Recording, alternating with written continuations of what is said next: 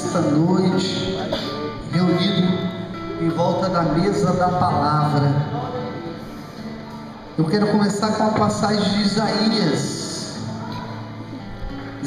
capítulo 43. Isaías capítulo 43, versículo 1. Deus vai restaurar Israel e sua testemunha.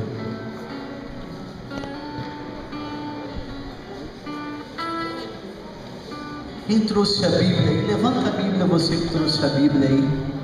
Amém. Vamos aplaudir esse povo que trouxe a palavra de Deus. Servo bom e fiel, a quem muito foi dado, muito será dado, mais ainda, né? Isaías capítulo 43, versículo 1 seguintes. Fazer uma oração, Pensinho Crucis, Deglimites Nostri, libera-nos Deus nosso, em nome do Patris et Filii et Espírito Santo. Amém. Ave Maria, gracia plena, Dominus tecum, benedictus in mulieribus et benedictus fructus ventris tui, Iesus. Santa Maria Mater Dei, ora pro nobis peccatoribus, nunc et hora morte nostre. Amém. Pater noster, quis in cieli, sanctificetur nomen tuum, adveniat regnum tuum, fiat voluntas tua, sicut in cielo et in terra, pane nostrum quotidianum da nobis hodie, et dimitti nobis debita nostra, sicut nos dimittimus debitoribus nostris, et ne nos inducas in tentationes, sed libera-nos a malo. Amém. A palavra do Senhor é dirigida para nós nesta noite. E agora eis o que diz o Senhor, aquele que te criou, Jacó, aquele que te criou, irmão Jeremias, irmã Caridade, aquele que te criou, Alex, aquele que te criou, Joaquim, Cíntia, aquele que te criou, Gustavo, Vanessa, Pedro, João, aquele que te criou, Marcelo, Maria. Coloca o seu nome nesta passagem. E te formou, Israel. Nada temas, pois eu te resgato. Eu te chamo pelo nome, és meu. Se tiveres de atravessar a água, estarei contigo, e os rios não te submergerão. Se caminhares pelo fogo, não te queimarás, e a chama não te consumirá.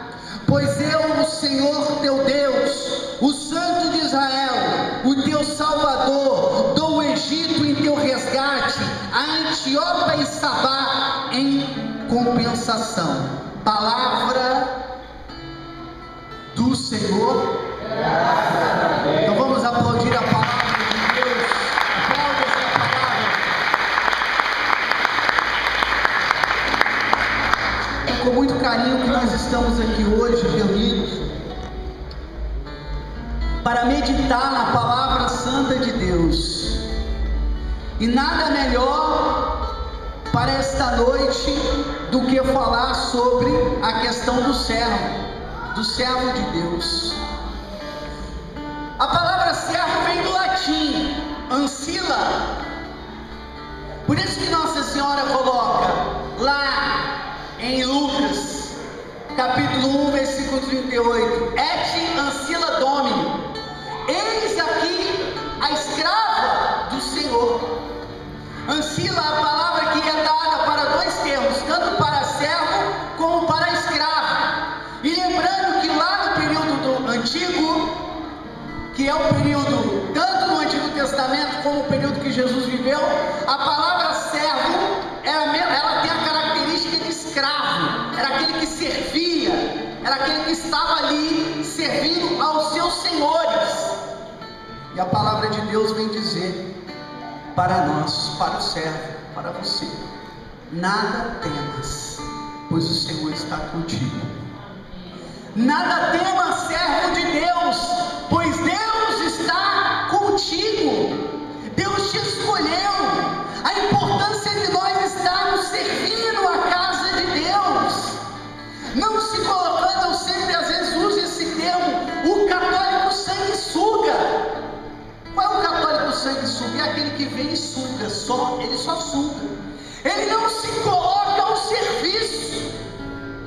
nós estamos já se aproximando ao retiro apologético, e nós temos que se colocar ao serviço da casa de Deus, porque evangelização depende do serviço. Não dá para você a vida inteira ser aquela pessoa que apenas escuta e que ouve. Você precisa se colocar ao serviço do Senhor. Você precisa colocar para trabalhar para a messe de Deus. Nós não temos tempo. Há almas que estão se perdendo. Se hoje, eu fiquei meditando hoje em oração, e eu imaginando, hoje, se você morresse diante do tribunal de Deus, o que você ia oferecer para Deus? Hoje, se você morresse, o que você falaria para Deus? Se eu não tive tempo, estava ocupado com o meu emprego. Se eu não tive tempo, estava ocupado com isso, com aquilo. Não tive tempo, estava tomando aquela cervejinha no final de semana. Não tive tempo, fui para o clube. Não tive tempo, fui para a praia. Eu não tive tempo. Hoje, se você morresse se apresentando para Deus, diante de Deus, como um servo de Deus, o que você ia oferecer para o Senhor? O que você ia falar? Senhor, eis-me aqui. Ou você ia oferecer migalhas para Deus? Se eu fui um homem do senso comum, se eu fui um católico, não fui frio, mas eu também não fui quente. Quando eu fui lá, se eu fui um católico de qualquer maneira, eu fui empurrando, participando da missa dominical, em vez em quando eu estava de bom humor, ou quando estava aproximando do apologético, aí eu ia para a formação. Orar um pouquinho, se fortalecer, porque está chegando. Fala, Deus. E eu falo, que eu falei no renascer, e mais do que para renascer, dobrado para nós. Eu falei, levando uma questão de crítica, mas uma crítica que é para nós, antes de ser para o renascer. Que é muitas vezes a gente ficar preso no sensacionalismo. Muitas vezes nós estamos presos no sensacionalismo. Eu tenho que repousar, eu tenho que orar em língua, eu tenho que ficar bailando, pulando com o peru, eu tenho que sentir um arrepio, eu tenho que ouvir uma palavra de profecia, uma revelação. O católico Kodak só vai à igreja atrás de revelação. Essa fé é uma fé medíocre. Esse tipo de fé não é uma fé fundamentada, é uma fé oscilante. O servo precisa se colocar diante da brecha. É bonita a palavra do profeta Ezequiel, capítulo 33, versículo 7, onde vai falar: eu te constituí sentinela da casa de Israel. Se coloque como sentinela na casa de Deus. Se coloque como vigilante, uma pessoa que vigia, uma pessoa que está realmente dobrada, com o seu joelho na presença do Senhor. O servo que se coloca para o serviço, independente de qualquer coisa. As 5 pedrinhas que formou a grande liderança da renovação carismática hoje. A renovação tinha 5 pedrinhas, e ainda tem até hoje, e não serve apenas para a renovação carismática, mas serve também para nós, combatentes na fé, que vamos trabalhar na vinha do Senhor. Quais são as 5 pedrinhas? Baseada ali na funda de Davi. Davi foi enfrentar Golias. Diz lá 1 Samuel, capítulo 17, no versículo 40, que a munição, a arma que Davi tinha era 5 pedrinhas. 5 pedrinhas. Golias era um gigante, com armamento militar, um homem de guerra com cicatrizes, gigante de 3 metros, uma armadura pesadíssima, uma espada que quando passasse a espada torava a pessoa no meio. Davi foi sem armadura e com 5 pedrinhas, e com essas 5 pedrinhas ele venceu Golias. Ele venceu Golias. Quais são essas 5 pedrinhas? No propósito do Senhor que o servo tem que ter, qualquer servo tem que ter essas 5 pedrinhas. E essas 5 pedrinhas é lançado hoje para a fraternidade combatentes na fé. É lançado hoje para o Ancila, para o servo de Deus. Quais são as 5 pedrinhas? Santa Missa, confissão, oração, jejum e rosário. No mínimo texto por dia. Nós temos que viver. A Santa Missa é o sol da igreja. Vai falar São Francisco de Sales a importância de participar da missa, do sacrifício. Tem gente que fica preso à oração carismática. Porque tem que ter a missa carismática. Porque se não tiver a missa do Cai, do Tibum, da pessoa que recebeu o repouso, o Espírito, uma palavra de revelação, a missa não foi boa. Você não entendeu nada do que é a igreja ainda, filho. Você está na igreja e você não entendeu nada do que é a igreja. Sem a igreja é muito diferente. Às vezes, sabe qual é o problema? É que as pessoas não têm vida de oração e querem orar na Santa Missa. Essa é a dificuldade. Ela não tem uma vida de oração e ela quer fazer da missa um grupo de oração. É aqui o grupo de oração, é aqui que você tem que rezar. É aqui que você tem que clamar, com violão, com sem violão, com ministério de música ou sem, não importa. Você tem que clamar, você tem que buscar a presença de Deus. Santa Missa, prioridade na nossa vida. Você tem que buscar a Santa Missa, ser fiel à Santa Missa. Primeira pedrinha. Segunda pedrinha, confissão. O servo precisa ter uma vida de confissão, uma vida de sacramento. Você precisa ter uma vida de sacramento, uma vida, você precisa comungar o corpo de Cristo, você precisa caminhar para o mistério da igreja. Segunda, vida de oração. Você precisa ter uma alma orante. Você precisa ser uma alma orante. Terceira pedrinha, ter uma vida constante na oração, buscando a presença do Senhor, rezando. Às vezes você tem dificuldade, coloca um louvor na tua casa. Comece com louvor, comece orando. Vai ver que você tem dificuldade, porque você vai trabalhar, talvez vá rezando o texto no seu carro. Coloque lá aquele CD que tem o texto, rezando o texto com aquele Patrícia, com tantas pessoas aí. Tem 1001 formas, não tem desculpa para você não ter uma vida de oração. Eu vou para a faculdade, a minha vida é corrida, eu não tenho tempo de ficar brincando de assento, uma formação, vou para a pregação, é isso e aquilo, é corrido, mas eu tenho que achar o meu tempo de orar. Então eu vou rezando dentro do ônibus, volto rezando. Nós fazemos a todo momento a nossa vida uma vida de oração. Ter uma vida de oração é fundamental. Jejum, agora mais do que nunca, quaresma, é tempo de jejum, é tempo de penitência. A pessoa que não tem vida de propósito, a pessoa que não tem vida de penitência, é uma pessoa que vive um cristianismo light, a pessoa que vive um cristianismo café com leite, uma pessoa que não tem propósito. Lance o teu propósito. Se você não consegue ser violento com grandes propósitos, comece com pequenos, aqueles que você pode fazer, nada aquilo que é impossível. Comece com propósitos pequenos, mas tenha propósitos.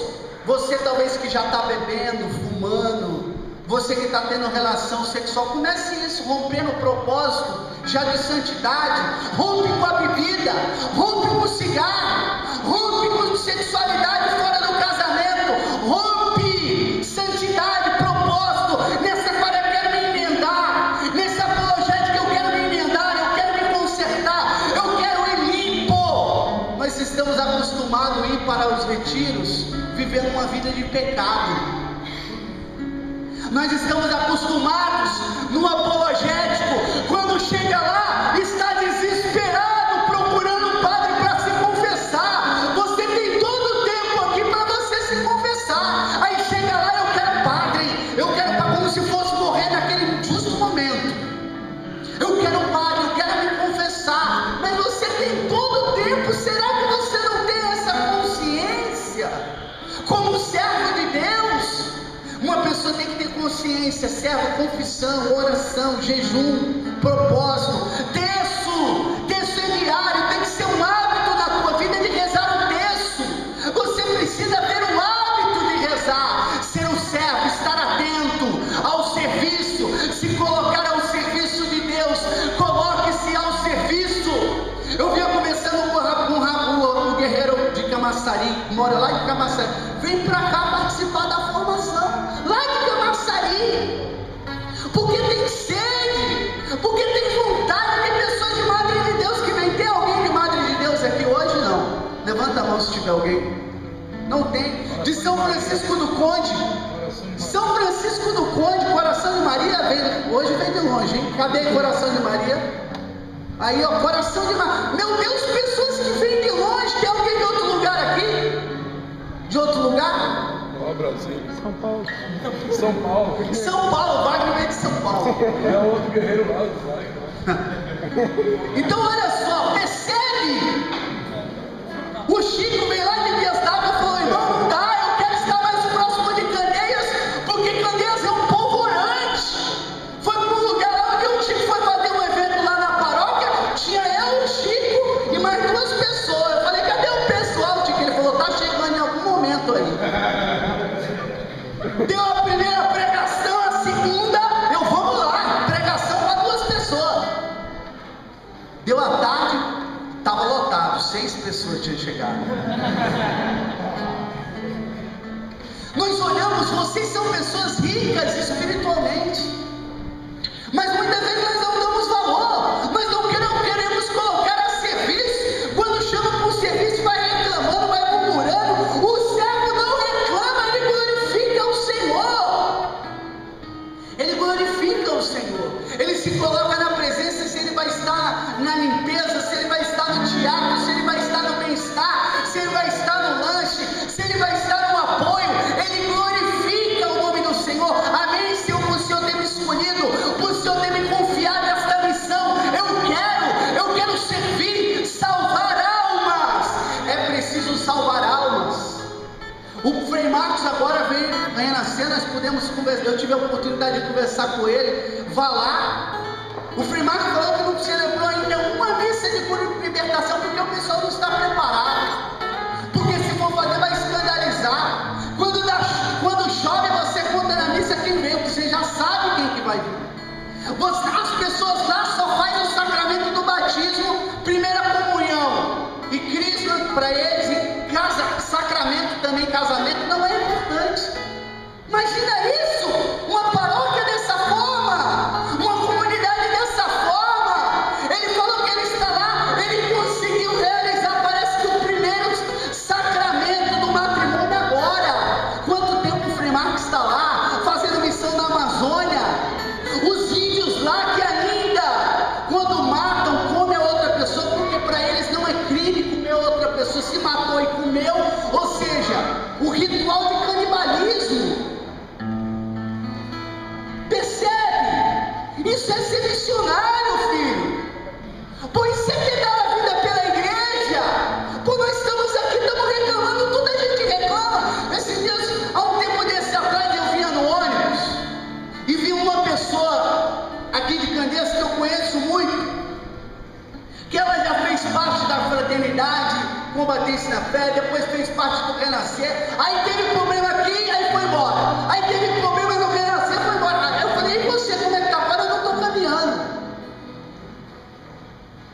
Pô, você vai ter problema em todo lugar, filho abençoado.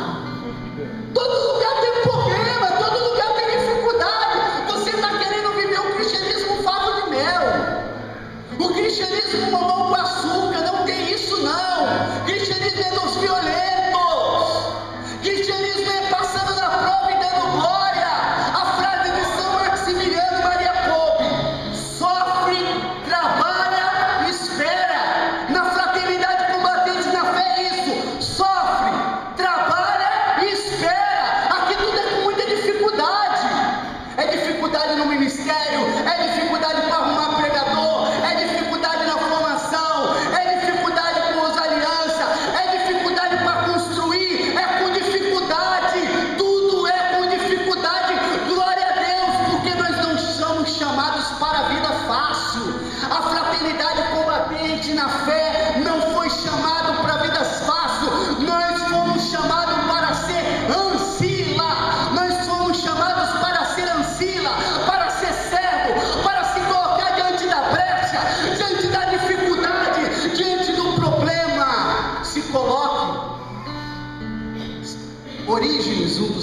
da igreja, lá no começo da perseguição, século 3, 255 ele viveu. Ele dizia assim uma frase dele, na época da perseguição da igreja: o cristão, quando ele é tentado, ele só tem duas opções: ou ele é um mártir, ou ele é um idólatra. Era assim no primeiro tempo da igreja: ou você era um mártir, ou você era um idólatra. Não tinha opção como hoje, que o pessoal vive, tanto faz, secularismo, mornidão, né? Vou vivendo de qualquer maneira, o meu cristianismo, a minha fé, não importa. Quem tem que viver é os padres lá, eu vou vivendo aqui, vou tocando a minha vida, eu tenho que preocupar com a minha vida. Não era assim no primeiro começo da igreja. Ou você era mártir, ou você era idólatra. E o Papa Bento XVI, ele falou em um livro dele chamado Sal da Terra, ele vai falar assim, que nós estamos voltando para as origens. Não pense que o cristianismo vai se expandir. Não, o cristianismo agora está no mistério de diminuir. O cristianismo agora está cada vez mais sendo reduzido. E cada vez mais agora está entrando agora a essência dos verdadeiros católicos. Verdadeiros católicos. Católicos que não vão prestar culto à idolatria, mas que vão ficar firmes, pronto para dar a vida pela igreja. É necessário se colocar como servo na presença de Deus. Então eu quero te convidar, filhos amados da igreja, nós estamos se preparando para o apologético, e eu quero te convidar a você ser servo. Ser servo. Se coloque na presença de Deus. Se coloque na presença de ganhar almas. São Francisco Xavier indo para uma ilha, onde estava lá um povo indígena, ninguém queria ir lá para evangelizar. São Francisco Xavier dizia: se aquela ilha tivesse ouro, os cristãos se precipitariam sobre ela, mas como só há almas, ninguém vai, mas eu irei, nem que seja anado. Nem que seja anado. A fome de almas, a fome de evangelização.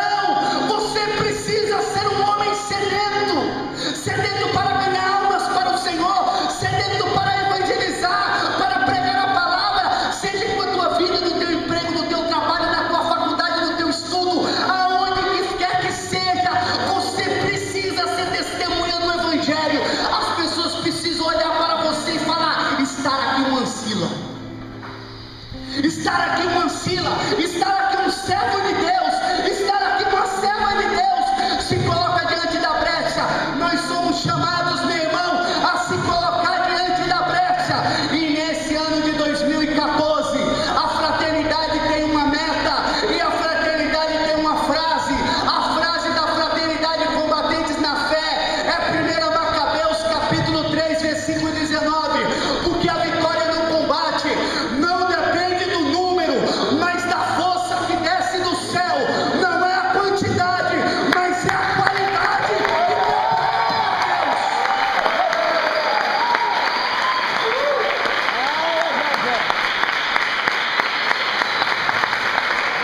Não é a quantidade,